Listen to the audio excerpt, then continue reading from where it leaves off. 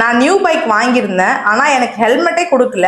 ஏன் ஹெல்மெட் கொடுக்கல நான் எவ்வளவு வாட்டி கேட்டுட்டேன், ஆனா எனக்கு ப்ராப்பர் ரெஸ்பான்ஸே இல்லை. இதுக்கு எப்படி லீகல் ஆக்ஷன் எடுக்கலாம் மேடம்? ஏன் புதுசா ஒரு பைக் வாங்குறீங்க அப்படின்னும் போது கண்டிப்பா உங்களுக்கு ஹெல்மெட் ப்ரொவைட் பண்ணிருக்கணுங்க அப்படின்னு சென்ட்ரல் மோட்டார் வெஹிக்கல் ரூல்ஸ்லயே அப்படிதான் சொல்லியிருக்காங்க. அதுவும் உங்களுக்கு ஃப்ரீ ஆஃப் சார்ஜ் தான் ஹெல்மெட்டை கொடுக்கணும். அது இல்லாம ஹெல்மெட்டுக்கு சார்ஜஸ் அப்படின்னு சொல்லிட்டு தனியா சார்ஜஸ் வாங்கவே கூடாது.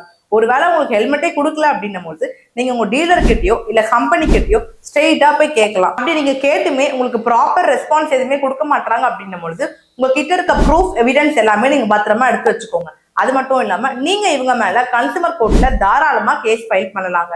சோ இதனால உங்களுக்கு காம்பன்சேஷன் கிடைக்கிறதுக்கு ஏகப்பட்ட வாய்ப்புகள் இருக்கு. நிறைய பேர் நினைப்பீங்க ஒரு ஹெல்மெட்காக நான் கோர்ட்டு கேஸ்ன்னு போய் அலையணுமா அப்படின்ட்டு. ஆனா அந்த மாதிரி கிடையாதுங்க. இந்த ஹெல்மெட்காக நீங்க காம்பன்சேஷன் வாங்குறது கூட பெரிய விஷயம் கிடையாது.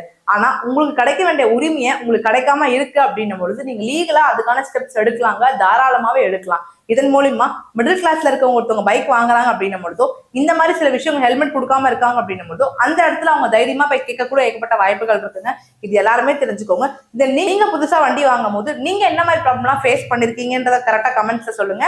தென் நீங்க பைக் வாங்கும் போது உங்களுக்கு ஹெல்மெட் கரெக்டா ப்ரொவைட் பண்றாங்களா இல்லையான்றதோ கண்டிப்பா கமெண்ட்ஸ்ல சொல்லுங்க. எல்லாருமே தெரிஞ்சுக்கோங்க. என்ன ஃபாலோ பண்ண மறந்துடாதீங்க. தேங்க்யூ.